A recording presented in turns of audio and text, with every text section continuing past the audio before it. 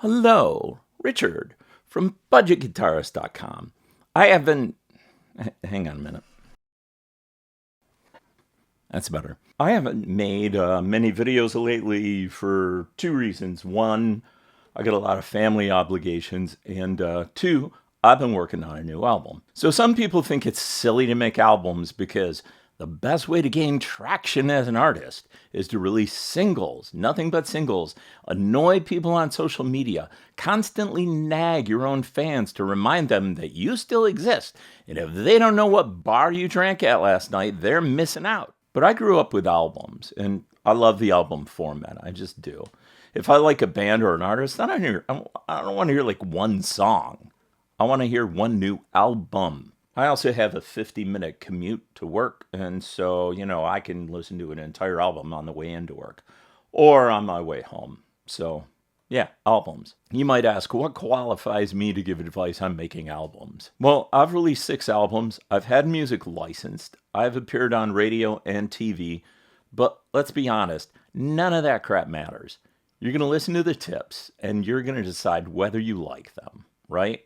And you probably won't agree with every tip. But if you pick up at least one good idea, then I figure that's a win. I am a massive fan of the book Getting Things Done by David Allen, which is a productivity book, right? Time management. One of his important concepts is match your level of interest and energy level with the tasks that need to be done, right? When you feel super creative, that's the time to generate some cool riffs or lyrics or beats or whatever.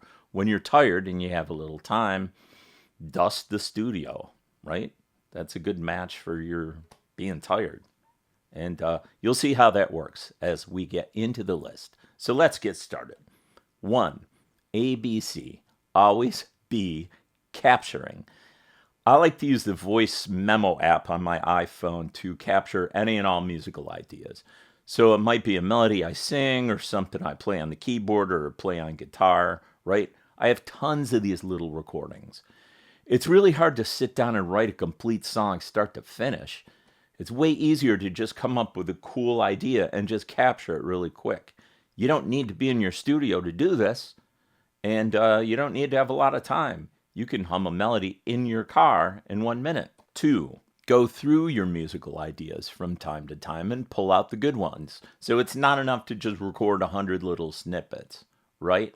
So every so often I'll sit down and I'll go through them and I'll grade them, or like I'll take notes. I'll highlight the best ideas for consideration. This is a great task to do when you have some time to work on music, but you don't feel super creative, right?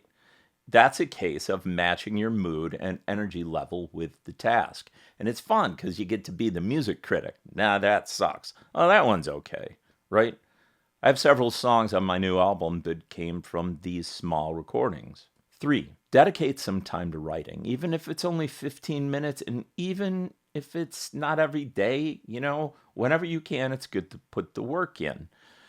But I recommend that you sit down and write when you're in the correct mood. For me, I have to be in a good mood.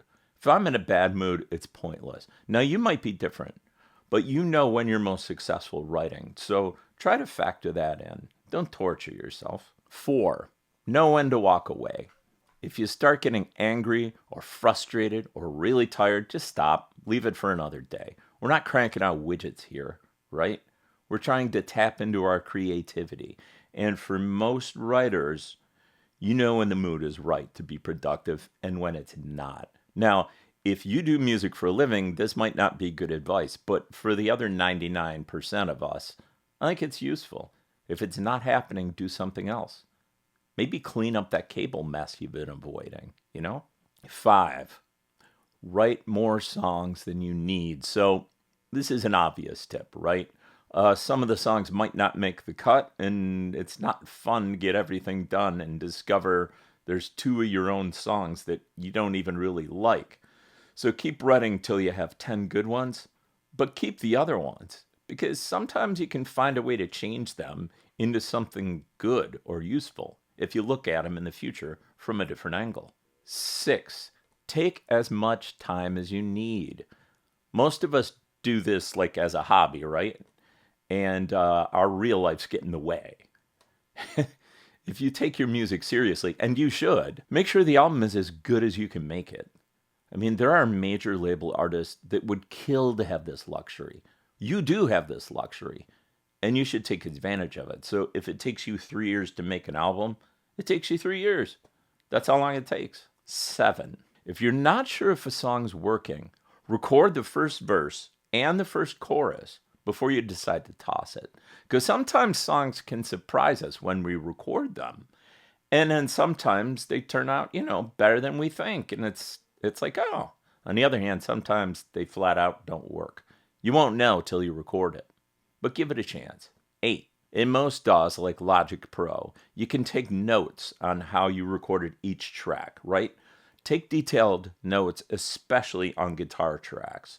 I type in the guitar I used, the pickup, it's always this one, how I adjusted volume and tone pots, and whatever patch I used on my HX Stomp.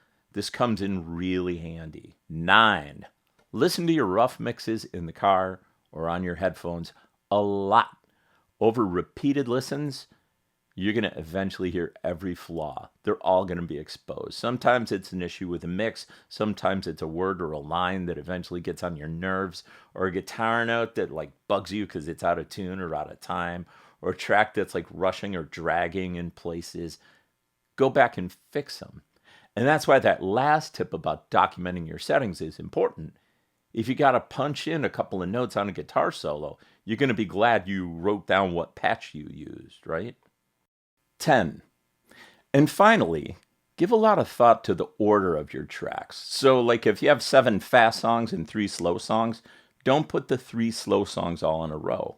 You're going to kill the vibe. So, I mean, in my opinion, first track should be your catchiest song, or at least one of your top 3 best songs on the album. I also think it's a good idea to end with a happy song when possible, but that's just me. If you have 2 songs in the same key, maybe don't put them back to back, right? So set the order, listen to your album start to finish, and tweak the order till it's just right. So that was 10 pretty quick tips for working on your album. Maybe some of them were useful, and maybe some of those tips work for me, but they won't work for you. If you have any killer tips, it'd really be great if you left them in the comments section down below, right down there. Regardless, thank you very much for watching, and I will see you again some future Friday at 5.